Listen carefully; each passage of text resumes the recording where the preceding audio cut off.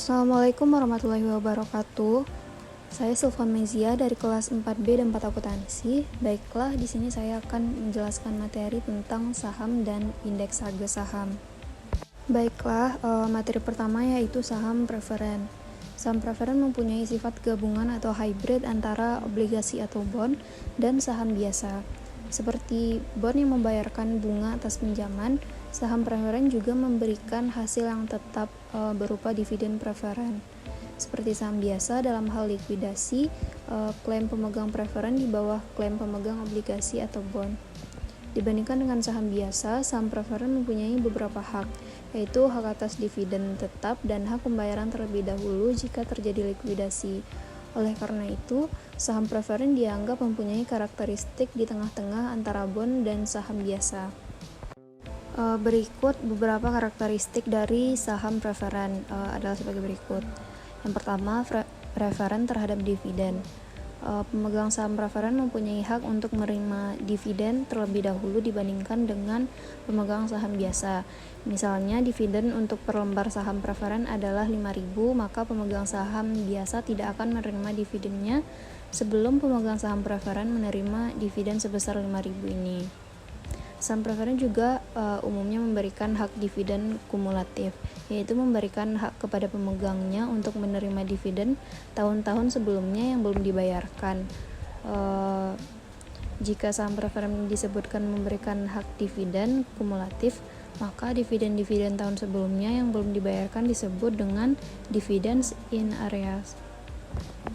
Karakteristik yang kedua yaitu preferen pada waktu likuidasi. Saham preferen mempunyai hak terlebih dahulu atas aktiva perusahaan dibandingkan dengan hak yang dimiliki oleh saham biasa pada saat terjadi likuidasi.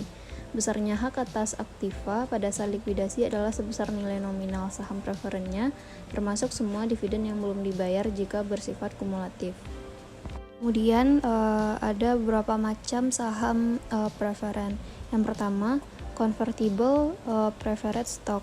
Untuk menarik minat investor yang menyukai saham biasa, beberapa saham preferen menambah bentuk di dalamnya yang memungkinkan pemegangnya untuk menukar saham ini dengan saham biasa dengan rasio penukaran yang sudah ditentukan. Saham preferen semacam ini disebut dengan convertible preferred stock. Misalnya, suatu perusahaan mengeluarkan sebanyak 1.000 lembar saham preferen dengan nilai nominalnya adalah sebesar 10.000.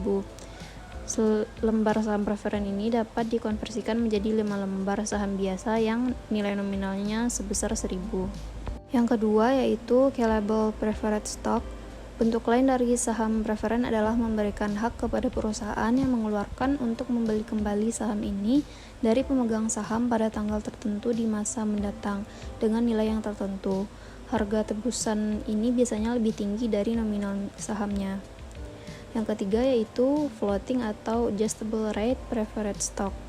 Saham preferen ini merupakan saham inovasi baru di Amerika Serikat yang dikenalkan pada tahun 1982. Saham preferen ini tidak membayar dividen secara tetap, tetapi tingkat dividen yang dibayar tergantung dari tingkat return dari sekuritas T-bill. Saham preferen tipe baru ini cukup populer sebagai investasi jangka pendek untuk investor yang mempunyai kelebihan kas. Selanjutnya yaitu saham biasa. Jika perusahaan hanya mengeluarkan satu kelas saham saja, saham ini biasanya dalam bentuk saham biasa. Pemegang saham adalah pemilik dari perusahaan yang mewakilkan kepada manajemen untuk menjalankan operasi perusahaan. Sebagai pemilik perusahaan, pemegang saham biasa mempunyai beberapa hak. Beberapa hak yang dimiliki oleh pemegang saham biasa adalah yang pertama yaitu hak kontrol. Pemegang saham biasa mempunyai hak untuk memilih dewan direksi. Ini berarti bahwa pemegang saham mempunyai hak untuk mengontrol siapa saja yang akan memimpin perusahaannya. Yang kedua, hak menerima pembagian keuntungan. Sebagai pemilik perusahaan, pemegang saham biasa berhak mendapatkan bagian dari keuntungan perusahaan. Yang ketiga yaitu hak preemptif, merupakan hak untuk mendapatkan presentasi pemilikan yang sama jika perusahaan mengeluarkan tambahan lembar saham. Selanjutnya ada saham treasury.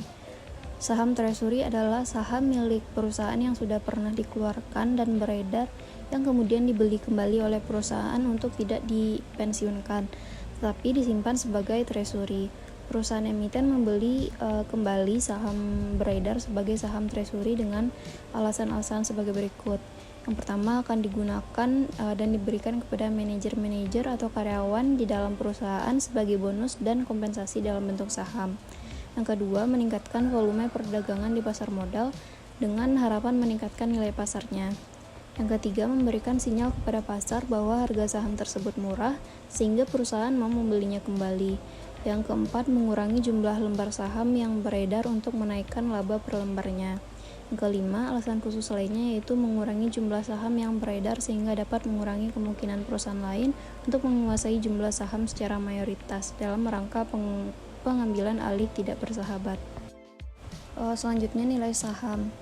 Beberapa nilai yang berhubungan dengan saham yang akan dibahas di sini yaitu nilai buku atau book value, nilai pasar atau market value, dan nilai intrinsik atau intrinsic value. Nilai buku merupakan nilai saham menurut pembukuan perusahaan emiten. Nilai pasar merupakan nilai saham di pasar saham, dan nilai intrinsik merupakan nilai sebenarnya dari saham. Selanjutnya yaitu indeks harga saham. Ada beberapa jenis indeks harga saham. Yang pertama yaitu indeks harga saham individu, indeks harga saham parsial, dan indeks harga saham gabungan. Pertama yaitu indeks harga saham individu. Ketika pertama kali saham dicatatkan di Bursa Efek, yaitu pada pagi hari sebelum perdagangan di bursa dimulai, saham tersebut sudah mempunyai harga, yaitu harga yang dibayar oleh investor di pasar perdana atau harga perdana. Pada umumnya harga perdana yang tercantum dalam prospektus merupakan harga tetap yang harus dibayar oleh investor tanpa ditambah biaya transaksi. Investor yang membeli saham di pasar perdana dan kemudian menjual sahamnya di Bursa Efek pasti ingin mengetahui persentase kenaikannya. Oleh karena itu, harga perdana digunakan sebagai nilai dasar dalam menghitung indeks harga saham. Apabila terjadi corporate action, misalnya split, pembagian saham bonus, atau dividen saham, maka nilai dasar harus disesuaikan.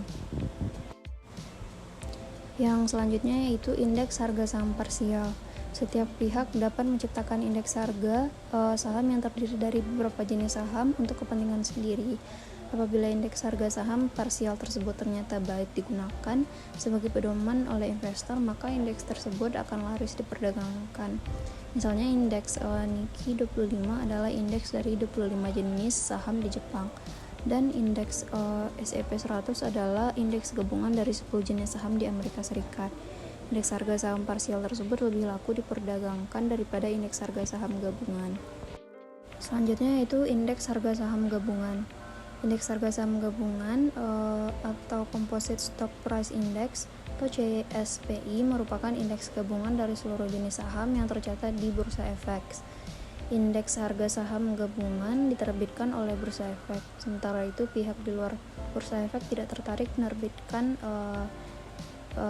IHSG karena indeks tersebut masih kalah manfaatnya dengan indeks harga saham parsial, seperti untuk keperluan hedging. Cara penghitungan IHS sama seperti indeks harga saham parsial, yang berbeda hanya jumlah emitennya. Indeks harga saham gabungan dihitung setiap hari atau setiap detik selama jam perdagangan sesuai dengan kebutuhan. Baiklah, sekian presentasi dari saya. Jika ada kesalahan dan kekurangan saya mohon maaf. Assalamualaikum warahmatullahi wabarakatuh.